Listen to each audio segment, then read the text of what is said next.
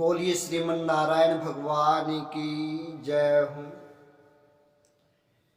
कि श्री कृष्ण भगवान का अपने स्वस्थान जाना और यदुवंशियों का विनाश होना,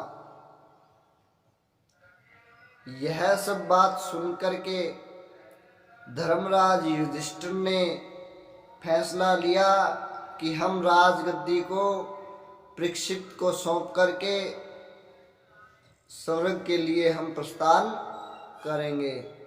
सो धर्मराज युधिष्ठिर ने ऐसा ही किया। वह अपने भाइयों के साथ और द्रौपदी पत्नी के साथ वह वहाँ से चल दिए हिमालय की ओर। वह सबसे पहले केदारनाथ में जाकर के वहाँ उन्होंने भगवान शिव का पूजन किया और भगवान शंकर की पूजा करने के बाद जीव और भगवान का मिलन हुआ। सो वह चलते चलते सबसे पहले द्रौपदी का हनन हुआ। सो उनका हनन सबसे पहले इसलिए हुआ कि वह थी तो पतिव्रता नारी, परंतु उसका स्नेह सबसे अधिक अर्जुन के प्रति था, इसलिए उनका सबसे पहले पतन हुआ। फिर चलते चलते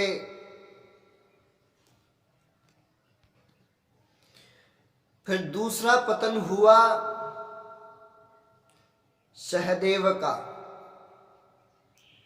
उनको अपने ज्ञान पर अभिमान था, इसलिए युधिष्ठिर ने कहा कि आपका जो पतन हुआ है वो इसलिए हुआ है कि आपको अपने ज्ञान पर पूरा अहंकार था, इसलिए आज आपका पतन हुआ है। जो तीसरा पतन हुआ वो हुआ नकुल का। नकुल का पतन हुआ तो युधिष्ठिर ने कहा कि नकुल, आपको अपने सुंदरता पर बहुत अभिमान था, इसलिए आपका पतन हुआ है। चौथा पतन हुआ अर्जुन का। अर्जुन को अपने बल पर अभिमान था, उनको अपने बल पर अभिमान था, सो इसलिए उनका पतन हुआ। और फिर भीम का पतन हुआ। तो उन्होंने कहा कि हे धर्मराज युधिष्ठिर, मेरा पतन क्यों हुआ? तो धर्मराज युधिष्ठिर ने बताया कि आप खाते बहुत थे, इसलिए आपका पतन हुआ है। तो उन्होंने कहा कि मैंने तो कभी पाप ही नहीं किया, तो मेरा पतन क्यों हुआ?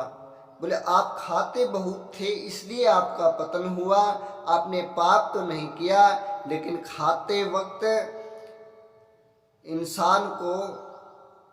खुआते वक्त इंसान को आंखें अपनी बंद रखनी चाहिए, खाते वक्त नहीं। तो इसलिए आपका अधिक खाने की वजह से आपका पतन हुआ। सो वह युधिष्ठिर चलते चलते उनके साथ एक कुत्ता भी था।